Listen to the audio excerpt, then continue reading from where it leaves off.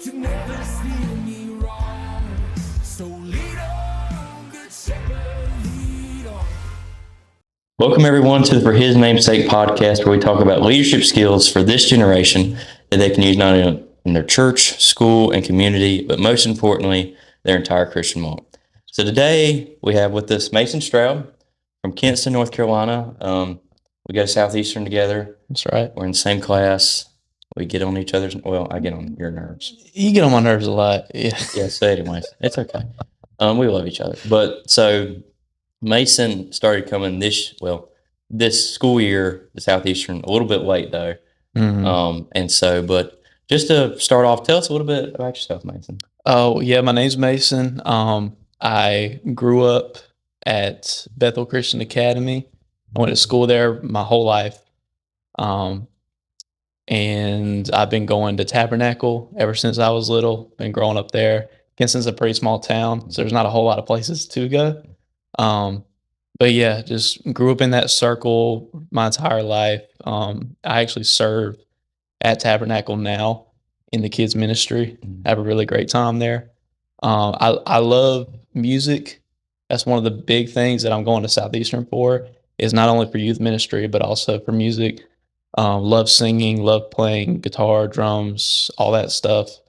Yeah, that's pretty much me. Nice. And so, you said you served at Tabernacle right now, helping out with the kids ministry. And so, and probably over the years, you've got to experience a little bit of leadership. Oh, yeah. Now, what does leadership mean to you? To me, I would say it means making the hard decisions.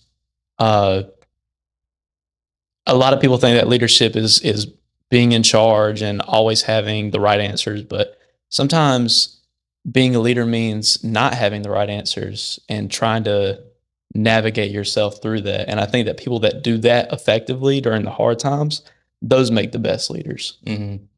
And through that, if you could define what truly being a leader is, what would you say that one word is? In one word, I would say dependable. I think that I worked at a factory job when I wasn't at Southeastern, and I remember I would do the work, but sometimes if I had PTO saved up, I would sleep in on purpose, or I would just not show up. And my boss came up to me. He said, "Hey Mason, look, I really like you, and you do your work, and you're a good worker and all this stuff, and I think you can succeed here, but you have to show up. You have to be dependable. You're not in trouble, but if people come up and say, well, I like Mason, but it's not a guarantee that he shows up to work every day, they're not going to trust you as a leader." So I think being dependable and not always doing everything right, but just showing up and being there, that's one of the biggest factors of being a leader. And, seeing those characteristics, especially being dependable and having a personal experience, is there anyone in your life that you say, like, wow, that person is a dependable person? Yeah. Two people come to mind. The first is my pastor. He's at Tabernacle right now. His name's Cody Mansfield. He's been my pastor for the last 10 years-ish. I remember so many times where I was down or I was confused and I didn't have all the right answers. So I would always go to him. And even though we didn't have a really good relationship until just recently, I remember that he was always there for me. And he always gave it to me straight. He didn't sugarcoat things. He was just honest. He is definitely an idol in my life that I would look up to and say, I want to be like him when I'm in ministry. Mm-hmm. The second one would have to be my dad. Me and him throughout my life, and we'll get into that later with my testimony, but we never had the best relationship when I was a teenager. And I used to hate him, to be quite honest, but I just remember that whatever he thought was right or whatever he believed in, he stood up for. And that's something that I've always struggled with, was having a backbone for what I believe in, which is why my faith has been shaken a couple of times. Mm-hmm. But that one aspect of always sticking up for yourself and always sticking up for what you believe in has always stuck with me. And that's something I've always appreciated him for. That's amazing. And dependable is a great attribute to have. Always being there, always being able to talk to somebody when you really need them in those dark moments. And, kind of transferring that to today's topic. Today we're talking about brokenness. And we've been on this integrity series, what do you do outside of the doors of the church? What do you do when you're alone and it's only you? And there's always God watching you, but no one else is watching. What do you do? Do you have true integrity, and do you really care about what you're doing? Is there purpose in your life for what you're doing? And so today we're talking about brokenness, and I talked about this a few weeks ago at Encounter Youth, and we talked about the parable of the house on the sand and the rock, and how the person that built his house on the rock, it says in verse 25 of Matthew 7 that the rain fell and the floods came and the winds blew and beat on the house, but it did not fall because it had founded on the rock. Because they heard the words of the Lord and they listened to the words of the Lord. But if you go to verse 26, it says, everyone who hears the words of the Lord and does not do them will be like the foolish man who built his house on the sand. And when the rain fell and the floods came and the winds blew, and it beat against that house and it fell, and great was the fall of it. And showing that there was a foundation with that true rock, right? That the rock was a firm foundation that the house could stand on when, you could say, trials and things came at it. It stood the test. But when it was built on sand, there was nothing really below it, and it was just blew away. And if we really care about our leadership, if we really care about growing closer to Christ, we will put Him at the foundation of our lives. That's right. And I use this illustration. I wish I could do it, but I don't have enough room. In that, think about a stack of cups, styrofoam cups, and at the bottom you have 5 cups, and each one has a letter Jesus, Jesus. And that, think about in your life every time you neglected your Bible study, and take that cup out. Some of the cups fall, of course. And then think of other times where Jesus was your priority and you took that cup out. And other times where you got distracted and you keep taking that bottom layer of cups out. And by the end of that, there's nothing left. Everything is just scattered in front of you. And that's what it is when Christ isn't our foundation, because there's a broken foundation at the bottom. And when there's a broken foundation, the cracks will spread and they will grow. And next thing you know, there's nothing left. And we've all been at a point in our lives that we've been broken. And I've said this on here before, that brokenness shouldn't define us, and rather it helps us grow closer to God. But I feel like there's really no better way to explain this topic than letting Mason just share his testimony with us of his brokenness in his life. To start off small, I grew up in Kinston, of course. Went to Christian school, went to church every Sunday. I had fantastic parents, very godly parents. My mom especially, just very Christ-centered household. I have a younger sister, sweetest person ever. I grew up with a good life. I really have, and I still do. I haven't had any tremendous loss. Like, my grandparents are still alive. All my cousins and aunts and uncles are still here, and we all fellowship together every Sunday. God's been really good, and I haven't always been appreciative of that. But growing up, I was always the good kid. I got saved at around 5 years old, and my mom actually led me to the Lord. But I think for a lot of people, at that age, I didn't really know what salvation truly meant, or being a follower of Christ, what that truly meant. So I kind of went through life saying, I'm saved, so I'm good.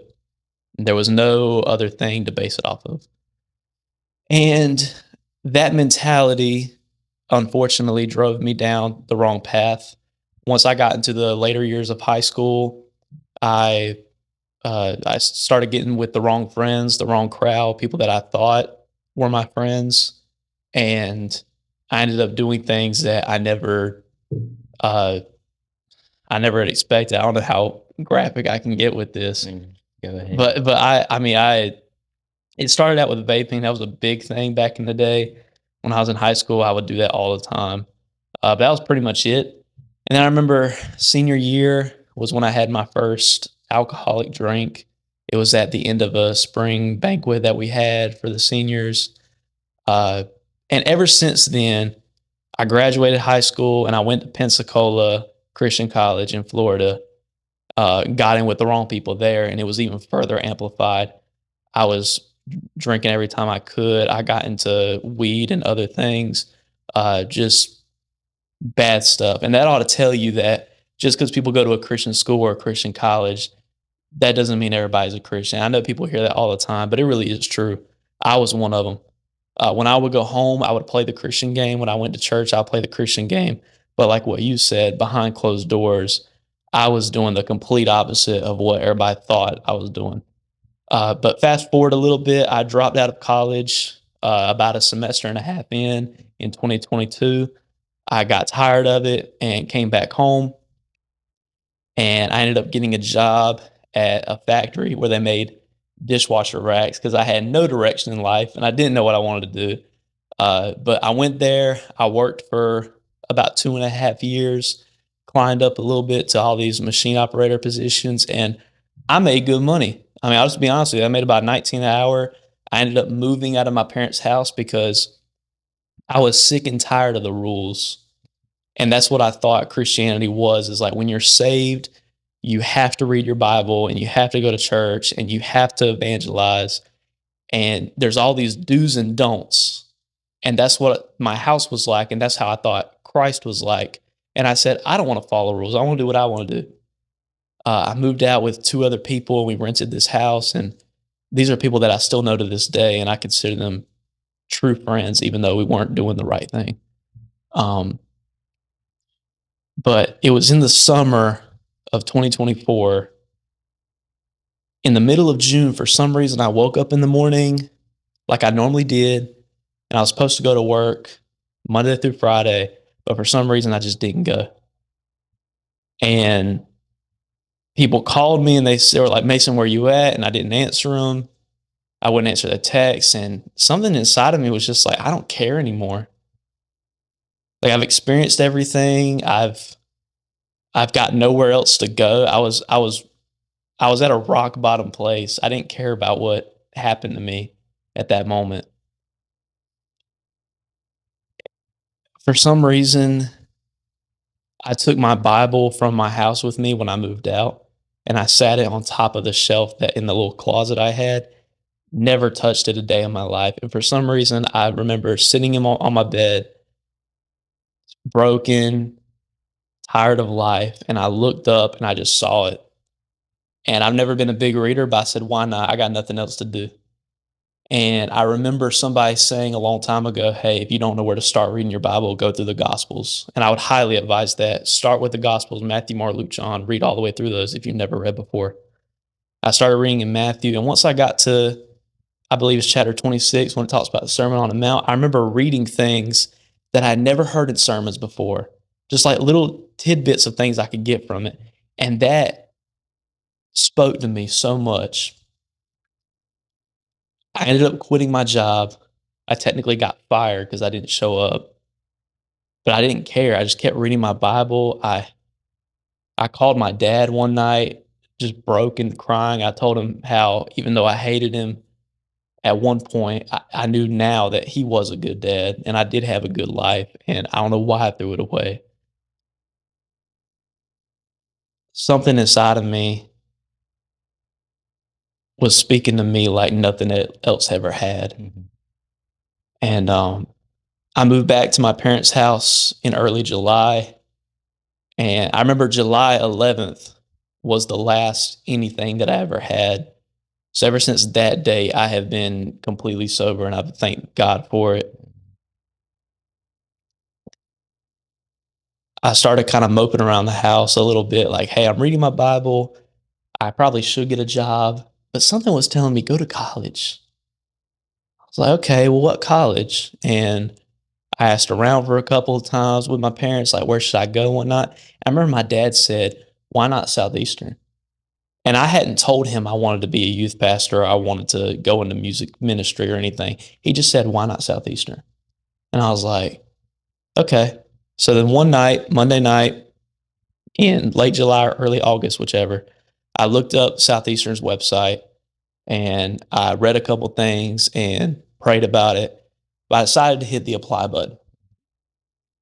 And I got to the first page of information, filled out my name, my number, email, all that stuff. And then I kept scrolling and I was like, man, this is pages and pages. It's like 10:30 at night. I said, I'm not going to do this. I'm going to go to bed. But before I did that, I decided to pray. And I was like, God, I'm really scared. I don't know what to do.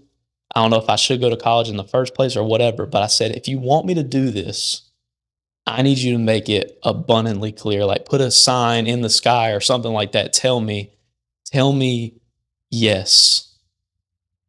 And then right when I got done praying, I looked at my phone and I got a text from Sarah Markham, who was the former administrative person there. I don't know what she was, but she texted me and was like, hey, I saw you started your application. The school semester is about to start, but we can try to get you on as quick as possible if that's something you want to do. And I'm like, and that I remember being broken. I fell to the floor. I was crying. I was like, it's 11 o'clock at night. She's got other things going on. Why isn't she in bed? And that's the moment I knew. I was like, I prayed for a specific sign, and I feel like that was it. Truly, that was one of the first times I'd ever experienced God's hand on my life. So long story short, I applied, went to the college. I got there a week late, had to catch up, but to me, it was all worth it because I had the option to start this semester instead of in the fall. But I said, if I don't do this now, I don't think I ever will. And I'm telling you, that decision right there, I'm going to tell you all watching, if you think God is calling you to do something or you need to make a decision of something and you're scared, just do it. Because I was scared and I said, you know what, I'm going to take a leap of faith. And ever since then, my life has been changed. I've met people that I never would have met if I didn't answer that call. So now I'm here at Southeastern studying youth and music to hopefully be used in the ministry. And that's my testimony. And that's a powerful testimony of how God can take anybody, no matter how worthless you may think you are, no matter what bad things you may have done, that God will use anybody and that he will equip the people that he's calling and that he can call anybody in the ministry or he can call anybody to be a leader, no matter how broken you were. And we said it before, like sometimes you have to hit the rock bottom so you can see the rock at the bottom.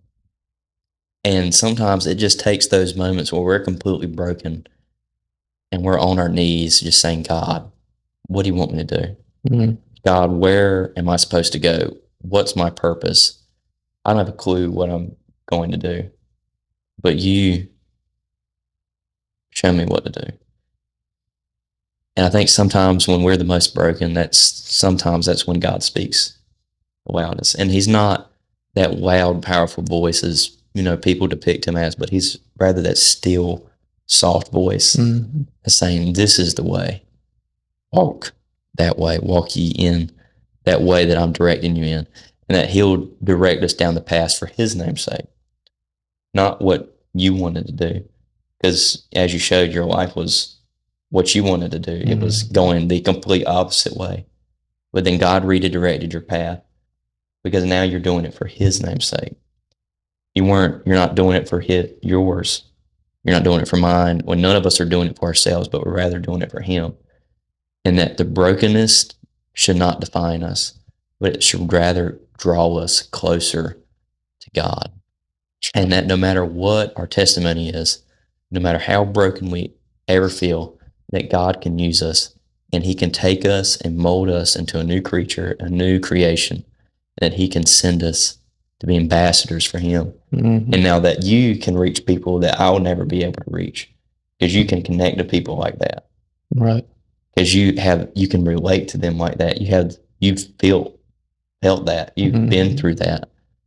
And that your powerful testimony can reach many because it's all about Him. It's never about ourselves. But I just want to thank you for coming on today. Yes, that was sir. a powerful testimony. I'm sure everybody watching really enjoyed that. I appreciate it. And I'm so thankful for everybody that tuned in today. I hope to see you next week as we continue our integrity series, and just be praying for the ministry, and hope everyone has a good rest of their week. I'll see you later. Good shepherd, I'll follow all my days.